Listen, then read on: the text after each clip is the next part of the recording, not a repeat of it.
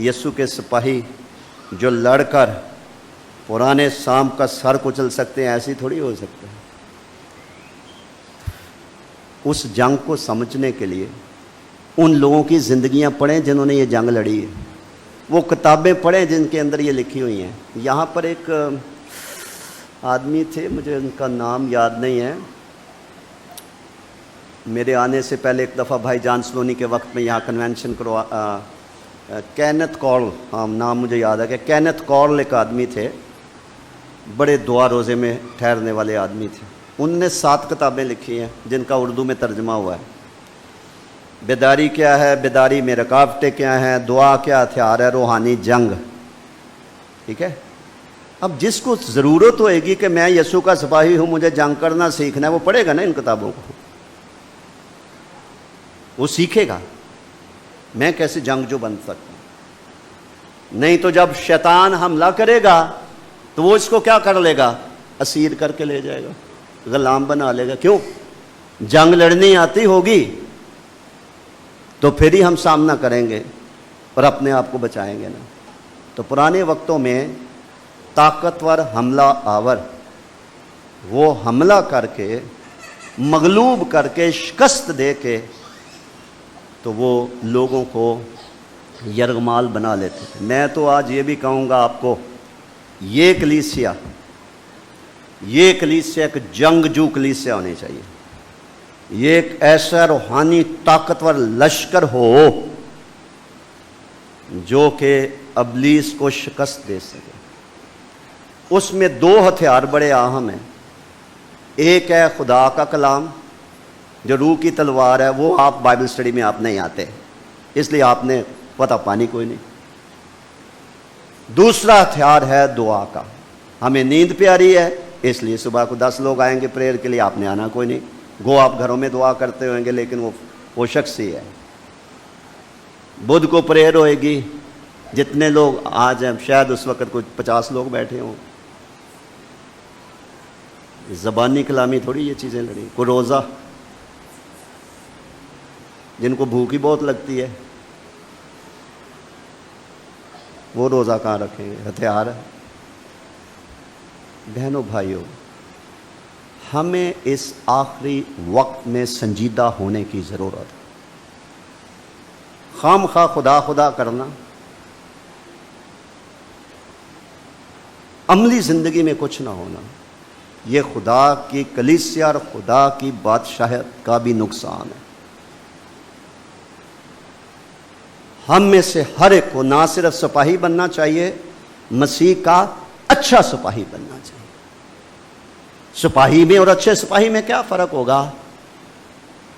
اچھا سپاہی جنگ کے لیے نکلتا ہے، اور تموتھیوس کے خط میں لکھا ہے کہ وہ دنیاوی معاملوں میں اپنے آپ کو نہیں الجھاتا۔ جس کو دنیاوی معاملات ہی نہیں چھوڑتے اس نے جنگ کیا لڑنی؟ جو انسانوں سے، رشتہ داروں سے لڑتا رہتا ہے یا خادموں سے لڑتا رہتا ہے، اس نے جنگ کا ہے کہ لڑنی کہنا۔ جنگجو بنے، کوئی نئی بات نہیں بتا رہا۔ افسیوں 6:12 میں لکھا ہے ہماری لڑائی خون اور گوشت انسانوں کے ساتھ نہیں ہے، ہماری لڑائی اور بھی خطرناک ہے کیونکہ ہمارا دشمن جسمانی آنکھوں سے نظر نہیں آتا۔ ہماری لڑائی خون اور گوشت سے نہیں ہے بلکہ ہماری لڑائی شرارت کی ان روحانی فوجوں سے ہے جو آسمانی مقاموں میں ہے اور وہاں سے اثر انداز ہوتی ہیں، خاندانوں میں، کلیسیاؤں میں، قوموں میں، برادریوں میں، شخصی زندگی میں۔ اگر ہم جنگجو ہوں گے تو مسیح نے تو پہلے کہہ دیا ہے، سانپوں اور بچھوؤں کو کچلو، سانپوں اور بچھوؤں کو کچلو، دشمن کی ساری قدرت پر غالب آؤ۔ کبھی کبھی میں دیکھتا ہوں کہ گھروں میں بیٹیاں، بائبل اسکول میں دیکھتا ہوں کچھ چھپکلی آ جائے تو لڑکیاں چیخیں مار رہی ہوتی، سر چھپکلی آ گئی ہے۔ تو میں نے کہا تم بائبل اسٹوڈنٹ ہو، تم نے سانپوں کو کیا کچلو، چھپکلی نہیں مار سکتی، تمہیں کیا ہے؟ وہ کیڑا کاٹنے والا آپ جوتی اتار کے وہی مار سکتی ہیں کیا؟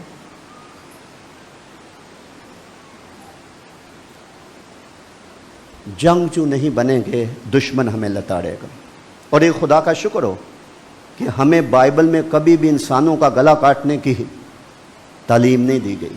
ہماری لڑائی انسانوں کے ساتھ ہے ہی نہیں, ہماری لڑائی خون اور گوشت سے ہے ہی نہیں, ہماری تو روحانی لڑائی ہے. لیکن ہماری لڑائی جو ہے وہ بڑی خطرناک ہے, شرارت کی روحانی فوجیں ہیں. اس کے لیے خدا کے سارے ہتھیار پہن لینا, خدا کے بتائے ہوئے طریقوں کو سمجھنا, پھر ان کا استعمال کرنا, ان کی گہرائی تک پہنچنا, پھر خداوند ہمارے ساتھ ہے, دنیا کے آخر تک ہمیشہ ہمارے ساتھ ہے. تو اس کی مدد سے ہم فتح پائیں گے, ہم فتح پا سکتے ہیں. ایماندار ساری دنیا میں فتح پا رہے ہیں جن کو معلوم ہے کہ مسیحی زندگی یہ بچوں کا کھیل نہیں ہے, یہ کسی آسان مذہب کی پیروی نہیں ہے, یہ تنگ راستہ ہے, یہ تنگ دروازہ ہے, یہ سکڑا راستہ ہے, یہ مشکل زندگی ہے, یہ صلیبی زندگی ہے, یہ اتنی پھولوں کی سیج نہیں ہے. تو جنگ کا سامنا نہ کرنے کی وجہ سے انسان دشمن کے رحم و کرم پر ہوتا ہے. پھر دوسری بات, غلام خریدے جاتے تھے. آپ کو پتہ ہے میں اور آپ بھی اپنے آپ کو بیچ سکتے ہیں. ہم انسان بھی اپنے آپ کو بیچ سکتے ہیں, اور خریدار کون ہے؟ شیطان کھڑا ہے. اگر تو مجھے جھک کر سجدہ کر دے, یہ بھی تجھے دے دوں گا, یہ بھی دے دوں گا, یہ بھی دے دوں گا. وہ لائف کی چوائسز. ہر شخص کو زندگی کی راہوں میں کوئی نہ کوئی ایسی آزمائش شیطان اس کے سامنے رکھتا ہے کہ اگر یہ لے لے تو میں تجھے یہ فائدہ پہنچاؤں گا. اور انسان اپنے اس جسم کو خوش کرنے کے لیے وہ اپنے آپ کو شراب کے لیے بیچ دے, کسی اور نشے کے لیے بیچ دے, اور کہیں کہیں جسم فروشی کے لیے بیچ دے. یہ انسان پر ہے کہ وہ گناہ کے لیے اپنے آپ کو فروخت کر دے, گناہ کی وقتی لذت کی خاطر اپنے آپ کو فروخت کر دے. یہ انسان پر ہے. کتنی بڑی آزمائش مسیح پر آئی جب شیطان نے دنیا کی تمام شان و شوکت مسیح کو دکھائی اور کہا یہ میرے اختیار میں, جس کو چاہتا ہوں دیتا ہوں, اگر تو مجھے جھک کر سیدھا کر دے تجھے دے دوں گا. نہیں نہ بیچا اپنے آپ کو. یہی کام ہم بھی کر سکتے ہیں, اس کی مدد سے کر سکتے ہیں, جو مدد کے لیے تیار ہے, ہر وقت تیار ہے. مر گیا تھا, زندہ ہوا, پھر نہیں مرنے کا. آج بھی ہمارے درمیان ہے, کہتا ہے میں دنیا کے آخر تک ہمیشہ تمہارے ساتھ. پھر اس پر سونے پہ سہاگا دوسرا مددگار دے دیا ہے.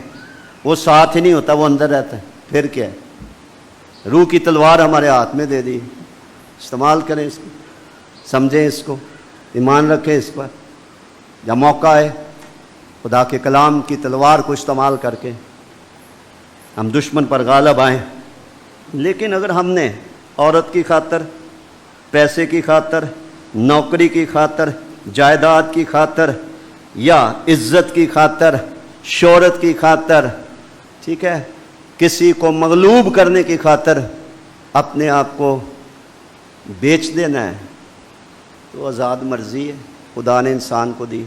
وہ اپنا آپ بیچنا چاہے تو بیچ دیں. اور ان کو کوئی اتنی ڈھونڈنے کی ضرورت نہیں ہے جنہوں نے اپنے آپ کو گناہ کے ہاتھوں بیچا ہوا ہے. وہ انسان ہمارے دائیں بائیں ہمیں نظر آئیں گے. جو صرف مسیح کے لیے جیتا ہے وہ بھی نظر آئیں گے. تیسری بات,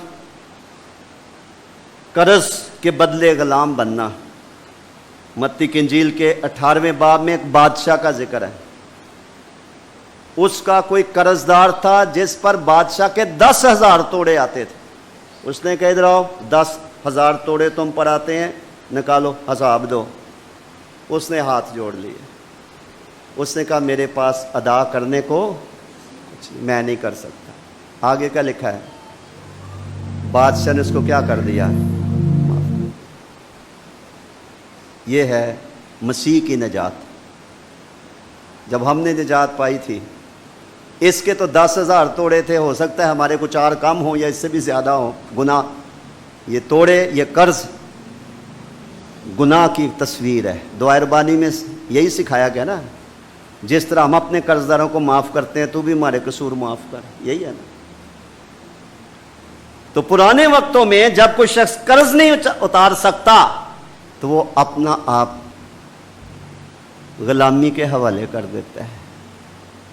ہم میں سے جنہیں نجات ملی ہے ان کو اس بات کی سمجھ آئے گی کہ جب روح القدس نے ہمیں قائلیت دی اور ہم نے اپنے گریبان میں جھانک کر دیکھا اور ہم نے جان گئے کہ ہم کبھی بھی خدا کی عدالت اور سزا سے نہیں بچ سکتے، جتنے گناہ ہم کر چکے ہوئے ہیں.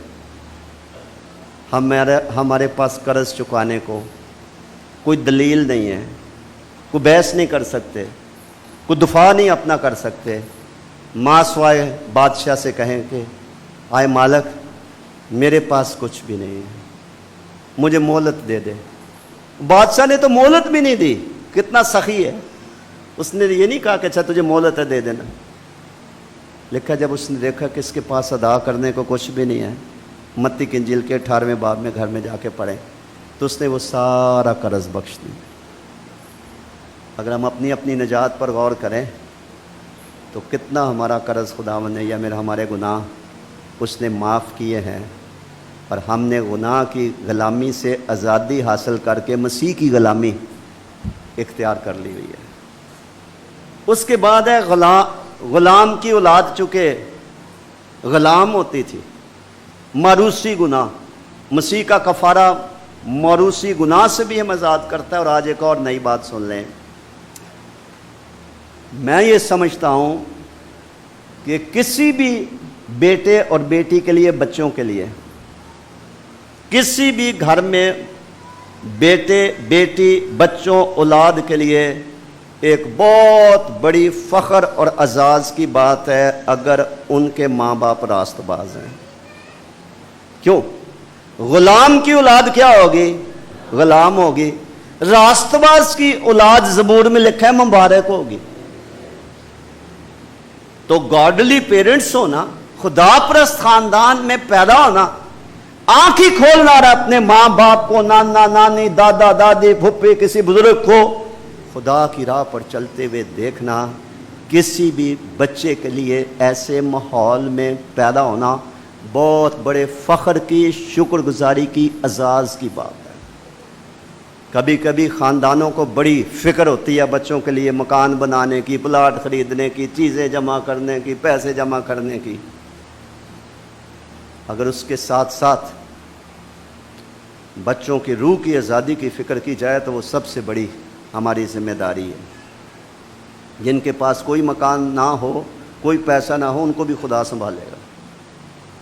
کئی دفعہ پیسہ اور مکان جائیداد ہی لے کے خاندانوں کو ڈوب جاتی ہے، اور خاندانوں کے ایسے خون سفید ہو جاتے ہیں، لوگ ایک دوسرے کو نقصان پہنچانے کیا قتل و غارت تک اتر آتے ہیں، تھوڑی سی زمین کی خاطر، تھوڑے سے پیسوں کی خاطر.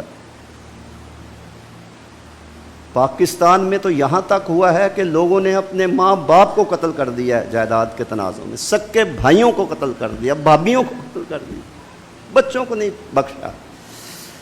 اس کے پیچھے ہم بھاگیں گے. زر کی دوستی تو تمام برائیوں کی جڑ، سٹیٹس کے پیچھے، مرتبے کے پیچھے، شان کے پیچھے، عزت کے پیچھے. وہ عزت جو خدا کی طرف سے ہوتی ہے، اگر ہم اس کا پیچھا کریں تو وہ قائم رہنے والی ہے، باقی آنے جانے والی ہے. تو قرض نہیں چکا سکتے تو غلام بن گئے. غلام کی اولاد بھی غلام ہے. راست بازوں کی اولاد مبارک ہوتی ہے، اور راست باز کو بھی اپنی راست بازی بچوں کے سامنے ثابت کرنی چاہیے، ورنہ وہ راست باز کہلانے والے ماں باپ بچوں ہی کے لیے ٹھوکر کا باعث بن جائیں گے اور بچے خدا ان کے قریب نہیں آئیں گے. جب وہ دیکھیں گے کہ ہمارے ماں باپ نام کے یہ ہے مسیحی، عملی زندگی کلام کے مطابق نہیں ہے، تو وہ ہم سے کبھی بھی متاثر نہیں ہوں گے. تو اگر خدا کی راہ پر وہ چلتے ہیں ہم ان کی زندگی سے متاثر ہیں تو یہ ایک بہت بڑی بلیسنگ ہے۔ بچے کی جو فطرت ہے، انسانی طور پر بچہ نقال ہوتا ہے، وہ نقل کرتا ہے۔ جو کام آپ کرتے ہیں، بڑے کرتے ہیں، بچے دیکھ کے تو وہی کرنا چاہتے۔ کبھی کبھی چھوٹے چھوٹے بچوں کو جمع کر کے تو ایک چھوٹی بچی ہے وہ ٹیچر بن جائے گی، اور وہ اس نے چھڑی پکڑی ہوئے گی تو بچوں کی کلاس کرا رہی ہوگی۔ کیوں؟ اس نے دیکھا کسی ٹیچر کو اس طرح سے بننا چاہتی ہے۔ کبھی یہاں چرچ میں نے دیکھا چھوٹے بچے ہیں تو ایک پاسٹر بن کے دوسروں کو عبادت کروا رہا ہے۔ تو بچے نقال ہوتے ہیں۔ میرا اور آپ کا کوئی برا رویہ ان کے سامنے ہوئے گا، سخت زبان، گالی گلوچ، گھر میں مار پٹائی، ہاتھ تو بیوی پہ تو ہاتھ اٹھانا ہی نہیں چاہیے۔ وہ تو شخص جو ہے میرا خیال ہے ویسے ہی لعنت کے نیچے ہے جو بیوی پہ ہاتھ اٹھاتا۔ اور سب سے زیادہ تباہی ہم اپنی اولاد کی کرتے ہیں جب وہ اس سارے ماحول کو دیکھتے ہیں۔ تو گاڈلی پیرنٹس بنیے، جن کی شادیاں نہیں ہوئیں وہ بھی اپنے جیون ساتھی کے لیے خوب دعا کریں، ناہوار جوئے میں مت جتیں، اپنے ماں باپ کی راست بازی کی، خدا ترسی کی قدر کریں اور اس کا نمونہ اپنائیں۔ نہیں اپنائیں گے تو سب سے پہلا گواہ عدالت کے دن گھر سے ہی خدا کھڑا کرے گا سزا دینے کے لیے۔ دیواروں کے پتھر چلا اٹھیں گے، گھر کے شتیر پکار اٹھیں گے۔ اس کو 10 دفعہ سمجھایا، یہ نہیں باز آیا، کوئی عذر کوئی بہانہ، پھر ادھر نہیں چلے گا۔ اس کے بعد چوری کا ہرجانہ نہ بھر سکنے کی صورت میں انسان جو ہے وہ اپنا آپ غلام کی طرح بیچ دیتا ہے۔ ہم نے کتنی چوریاں کر لی ہیں، کئی طرح کی پرانی زندگی میں، لیکن ہماری بے بسی کہ ہم چوگنا نہیں اداس کر پائے تو بادشاہ نے معاف کر دیا۔ اقرار کی آنسو دیکھے، توبہ دیکھی، پچھتاوا دیکھا، کہا جا پھر گناہ نہ کرنا، تو سستی معافی مل گئی نا۔ تو اسی وجہ سے پھر وہ قدر بھی اتنی ہی ہے، ہمیں شکر گزاری کی کمی بھی ہے، جس کا رومیو کے خط کے پہلے باب میں خدا نے گلہ بھی کیا۔ انہوں نے خدا کو جان تو لیا، اس کی خدائی کے لاکھ، اس کی پرستش، اس کی تمجید اور شکر گزاری نہ کی، باطل خیالات میں پڑ گئے، کیڑوں مکوڑوں کو خدا سمجھ کر ان کو پوجنا شروع کر دیا، بت پرستی میں پڑ گئے، اور پھر کسی پر احسان چڑھانے کے لیے کسی کا غلام بنا دیا۔ اس کی بھی کئی انسانی سماجی زندگی میں صورتیں ہیں جب ہم ان لوگوں کا بھی سودا کرنے کی جسارت کرتے ہیں جو ہمارے اختیار میں، بھلے ہمارے اپنے ہی بچے ہوں، دوسرے کو خوش کرنے کے لیے، دوسرے کا مددگار بننے کے لیے۔ اور سب سے اہم بات، اپنی مرضی سے غلام بننا۔ پہلا سیموئل اس کے 30ویں باب میں ایک بڑی انٹرسٹنگ سٹوری لکھی ہوئی ہے، سیموئل کی پہلی کتاب اور اس کا 30 باب۔ وہاں داؤد کا ذکر ہے، جب وہ خداوند کی لڑائیاں لڑنے کے لیے وہ جاتا ہے، واپس آتا ہے تو سکلاج ایک جگہ ہے جس کو امالیکیوں نے آگ لگا کے جلا دیا تھا، اور اس کے بیوی بچے مال مویشی ان کو اسیر کر کے لے گئے تھے۔ وہاں انہیں ایک امالیکی ملازم ملا تھا، نوکر تھا وہ کسی کا، اور اس نے بتایا کہ میں ایک امالیکی کا نوکر ہوں، مجھے کئی روز سے بخار چڑھ رہا تھا، تو میرا مالک جو ہے بخار کی حالت میں مجھے چھوڑ کر چلا گیا ہے۔ تو اس سے انہوں نے پتہ پوچھا کہ یہ لوٹ مار کر کے کدھر گئے ہیں تاکہ ہم ان کا پیچھا کریں۔ اس نے کہا راستہ میں بتاتا ہوں۔ بعد میں اسی نوکر نے اپنا آقا بدل لیا۔ اس نے دیکھا کہ جس آقا کی میں ساری عمر خدمت کرتا تھا، 4 دن بخار چڑھا ہے، تو ایک استعمال شدہ ٹیشو پیپر کی طرح یا ردی کے کاغذ کی طرح وہ مجھے پھینک کے چلا گیا ہے۔ تو اس نے داؤد کو اپنا نیا آقا بنا لیا جو یسوع مسیح کا مثیل ہے۔ اپنی مرضی سے خداوند کی پیروی کرنا اور اس کی غلامی کے لیے اپنے آپ کو اس کے حوالے کرنا۔ مسیح کے جتنے بھی دعوے ہیں، تعلیمات ہیں، اس میں زبردستی نہیں ہے۔ شروع میں انہوں نے کہا اگر کوئی میرے پیچھے آنا چاہے، زبردستی نہیں، کوئی جبر نہیں ہے، کوئی بلیک میلنگ نہیں ہے، کوئی پریشر نہیں ہے۔ اگر کوئی میرے پیچھے آنا چاہے، اپنی خودی سے انکار کرے، ہر روز اپنی صلیب اٹھائے، میرے پیچھے ہو۔ دنیا کا نور میں ہوں، اگر کوئی میری پیروی کرے گا، یہ نہیں کہ میں جس سے پیروی کرواؤں گا، نہیں، دنیا کا نور میں ہوں، اگر کوئی میری پیروی کرے گا تو اندھیرے میں نہیں چلے گا، وہ زندگی کا نور پائے گا۔ تو انسان کو ایک بڑی شان خدا نے یہ بخشی ہے کہ خدا نے اس کو فیصلہ کرنے کی صلاحیت بخشی ہے، عزت بخشی ہے کہ انسان خدا کی نگاہ میں ایک پتلی نہیں ہے، ایک پپٹ نہیں ہے۔ خدا نے انسان پر کوئی ایسا جابرانہ کنٹرول نہیں رکھا ہوا کہ خدا زبردستی انسانوں کو اپنے پیچھے چلائے۔ اس نے انسان کو آزاد مرضی دی ہے، وہ چاہے تو برابا کو چن لے، وہ چاہے تو یسوع مسیح کو چن لے، وہ نور کو چن لے، وہ تاریکی کو چن لے۔ اس کو خدا نے ایک آزادی دے رکھی، آزاد چناؤ وہ کر سکتا ہے۔ تو لہٰذا رومیوں کے خط کے 6 باب میں یہ 16ویں آیت جو ہم نے پڑھی ہے، وہاں لکھا ہے کیا تم نہیں جانتے کہ جس کی فرمانبرداری کے لیے اپنے آپ کو غلاموں کی طرح حوالے کر دیتے ہو، اسی کے غلام ہو جاتے ہو۔ اور آگے بتایا کہ جس کے فرمانبردار ہو، خواہ گناہ کے جس کا انجام موت ہے، خواہ فرمانبرداری کے جس کا انجام راست بازی ہے۔ تو ہم چاہیں تو گناہ کی غلامی کے لیے اپنے آپ کو، خواہشات کی غلامی کے لیے، عادات کی غلامی کے لیے ہم اپنے آپ کو بیچ دیں، سپرد کر دیں، سرنڈر کر دیں، حوالے کر دیں۔ اگر ہم چاہیں تو ہم ان سے منہ موڑ کر ہم اپنا آقا بدلیں۔ جس نے کہا کہ میرا بوجھ ہلکا ہے، میرا جوا ملائم ہے۔ جنہوں نے پنجاب کی دیہاتی زندگی دیکھی ہے وہ اس جوے کو سمجھتے ہوں گے کہ بیلوں کہ یہ جو گردن ہوتی ہے یہ اتنی سوجی ہوتی ہے، اس میں پس پڑی ہوتی ہے، خون بہ رہا ہوتا ہے، تو پیچھے کپاس، گندم اور بہت سا وزن اٹھا کر اسی حالت میں جانوروں کو اوپر سے لاٹھیاں بھی پڑتی ہیں اور وہ بہت سارا بوجھ اٹھا کر منڈیوں میں لے جا رہے ہوتے ہیں۔ مسیح نے کیوں کہا تھا کہ میرا بوجھ ہلکا ہے؟ انہوں نے کیوں کہا تھا کہ میرا جوا ملائم ہے؟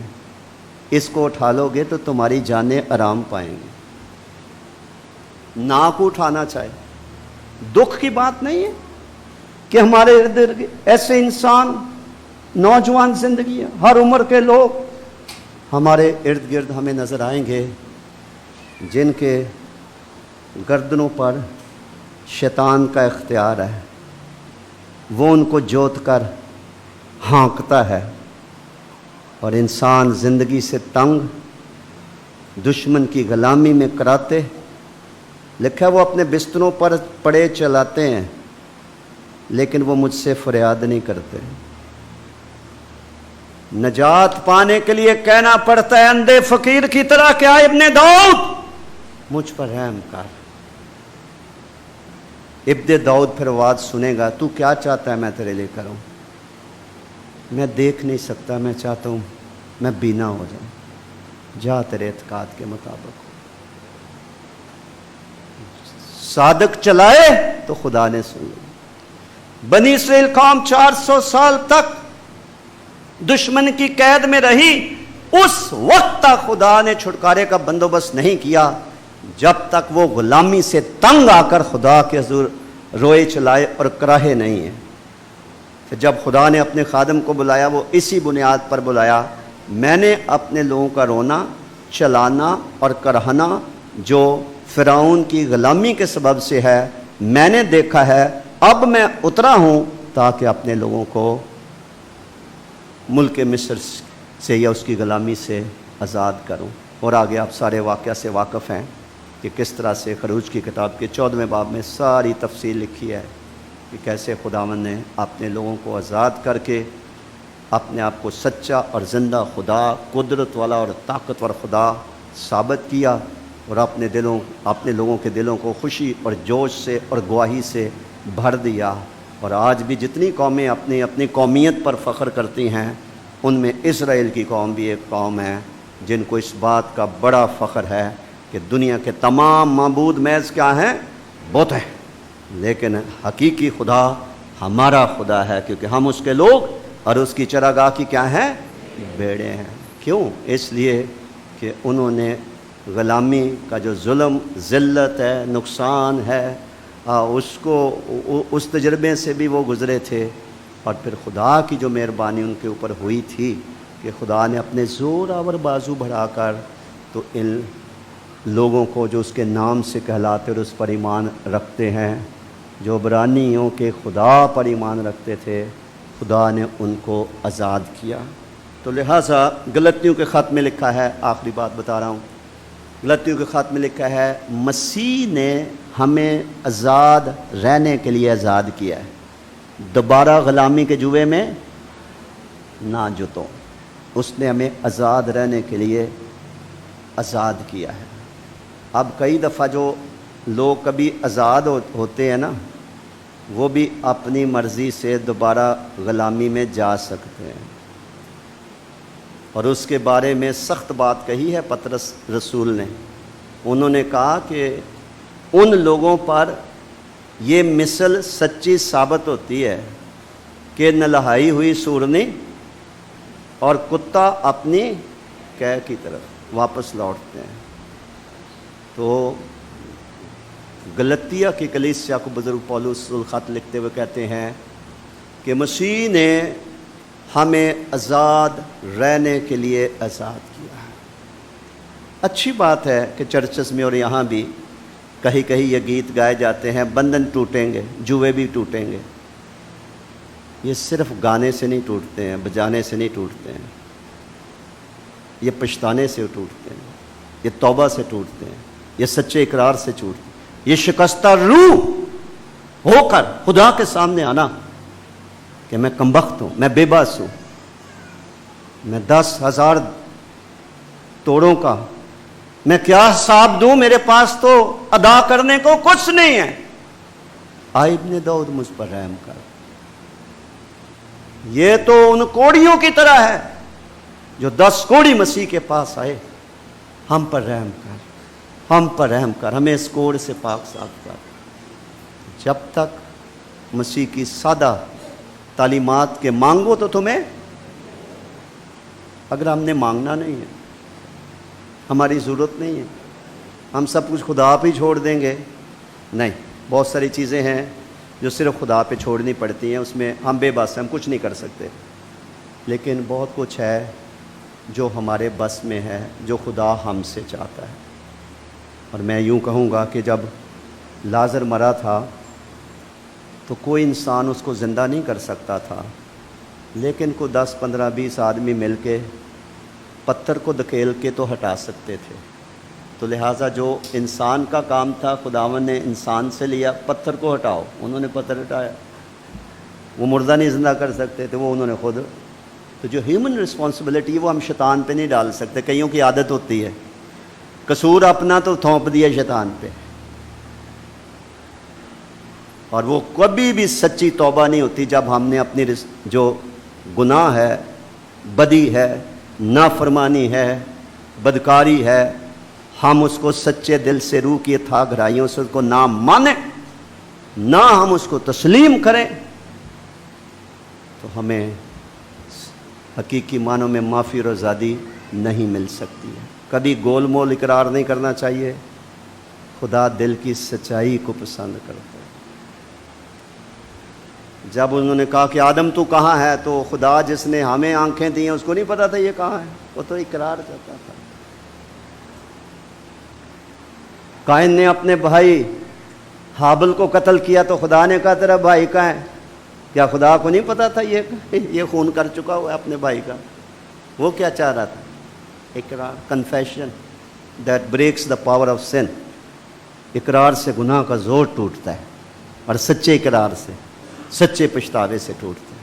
تو لہٰذا آخر میں ہم یوں کہیں گے کہ اگر تو ہمیں صرف چرچ آنے کی عادت پڑ گئی ہے، یہ عادت بھی بری نہیں ہے، اچھا ہے خدا کے گھر میں آنا، خدا کا کلام سننا، مقدسوں کے ساتھ رفاقت رکھنا، لیکن ایک قدم آگے بڑھیے۔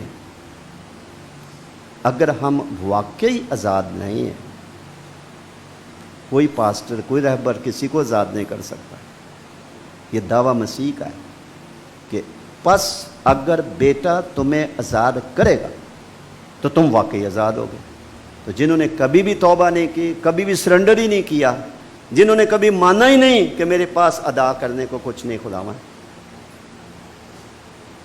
وہ آج بخشش لے کے جا سکتے۔ جن کو پہلے سے خداوند نے معاف کیا انسانی کمزوریوں، وہ آگے بزرگ پولس کا بیان آپ نے پڑھا نا، اس میں رومیو 6 باب میں، کہ میں تمہاری انسانی کمزوری کے سبب سے انسانی طور پر کہتا ہوں۔ تو اگر ہماری انسانی کمزوریوں نے نجات پانے کے بعد بھی ہمیں اتنا گھیر لیا، مغلوب کر لیا، بے بس کر دیا کہ ہم نے دوبارہ گناہ کے اپنے آپ کو سرنڈر کر دیا، آج کی خوشخبری یہ ہے کہ خداوند یسوع مسیح ہمیں آزاد کرنے کی بھرپور قوت، قدرت اور اختیار کا حامل ہے۔ اس کی بنیاد جو ہے وہ سچی توبہ، سچا پچھتاوا، اور حقیقی جو توبہ خدا ہمارے باطن میں دیکھنا چاہتا ہے، وہ کرنے کی ضرورت ہے۔ وہ ہمارا کام ہوگا، باقی جو خدا کا کام ہے وہ ہمارے دلوں میں وہ خود ہی کرے گا، وہی کر سکتا ہے۔ اپنے سروں کو خدا کی حضوری میں جھکائیے، اپنی حالت پر غور کیجئے کہ جب سے میں نے نجات پائی، توبہ کی، بپتسمہ لیا، مجھے شاید پاک روح کا بپتسمہ ہو گیا، میں نے اپنی صلیب اٹھا کر ہر روز مسیح کے پیچھے چلنا شروع کر دیا، اس وقت سے آج کے دن تک میں آزادی کی حالت میں، کیونکہ ہم لونڈی کے فرزند نہیں ہیں، ہم آزاد کیے گئے ہیں، کیا اس وقت سے میں روح میں آزادی کی حالت میں جی رہا ہوں؟ میں فی الحقیقت یا واقعی آزاد ہوں، یا میں غصے سے مغلوب ہوں، میری زبان ہی کنٹرول میں نہیں ہے، میری نظر ہی کنٹرول میں نہیں ہے، برے خیالات کو میں روک ہی نہیں پاتی، لالچ پیسے کا ہو، غیر جسم کا ہو، وہ میری جان ہی نہیں چھوڑتا۔ آج کی خوشخبری ہے، جہاں 2 یا 3 میرے نام سے جمع ہے، میں ان کے درمیان موجود ہوں، اور وہ ہمیں آزاد کر سکتے ہیں دونوں صورتوں میں۔ اگر کسی کو دعا کی ضرورت ہے تو صرف اپنے ایمان، اقرار، حالت کے اظہار کے طور پر آپ اپنے پاؤں پہ کھڑے ہو سکتے ہیں، سب نہیں جس کو ضرورت ہے، سب نہیں، کیونکہ خدا بے مقصد کلام نہیں کرتا۔ یہ کوئی 2 ہفتے پہلے خداوند نے میرے پہ ظاہر کر دیا، تو میں دعا کر رہا تھا۔ خدا بے مقصد کلام نہیں کرتا ہے۔ ہمارا کام ہے بائبل میں سے راستے تلاش کرنا، کتاب مقدس میں سے ڈھونڈنا کہ ہمیں ہمیشہ کی زندگی ملے، ہمیں اپنے مسائل کی جڑوں کا، بنیادوں کا پتہ چلے، ہمیں رہائی پانے کے طریقوں کا پتہ چلے۔ وہ خدا کا کلام ہمیں بتاتا جو میں نکال کر آپ کو بتا رہا تھا۔ تو چونکہ خدا ہے جو اپنے کلام کو پورا کرنے کے لیے بیدار رہتا ہے، یہ اس کا کام ہے کہ جو کچھ انہوں نے کہا ہے، وعدہ کیا ہے، دعویٰ کیا ہے، وہ اس کو پورا کریں۔ ہمارا کام ہے کہ ہم خدا کے کلام کو سچ جان کر اس پر ایمان لائیں۔ اسی لیے لکھا کہ اگر آج تم اس کی آواز سنو تو اپنے دلوں کو سخت نہ کرو۔ نجات پائے ہوں کو بھی پھر سے اپنا آپ خدا کے سپرد کرنا پڑتا ہے، جب روح القدس ان کو یاد دلاتا ہے کہ دیکھ تو کہاں سے گرا ہے، دیکھ تو کہاں سے گری ہے۔ جب انسان خدا کے پاس آتا ہے تو خدا کی شان یہ ہے وہ کثرت سے معاف کرتا ہے۔ متی کی انجیل کے 18ویں باب میں جو سچائی آنکھ پہ سامنے رکھی کہ کسی بادشاہ کا ایک قرض دار تھا، اس پر 10,000 توڑے آتے تھے۔ جب بادشاہ نے حساب مانگا اس کے پاس ادا کرنے کو کچھ نہیں تھا۔ اگر ہمارے پاس ادا کرنے کو کچھ نہیں تو اس شخص نے تو مہلت مانگی تھی کہ مجھے مہلت دے، میں دے دوں گا، بندوبست کوئی نہ کوئی کر کے دے دوں گا۔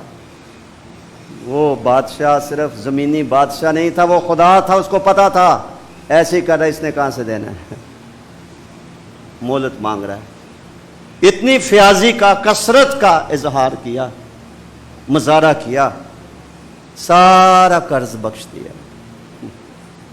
ایسا خدا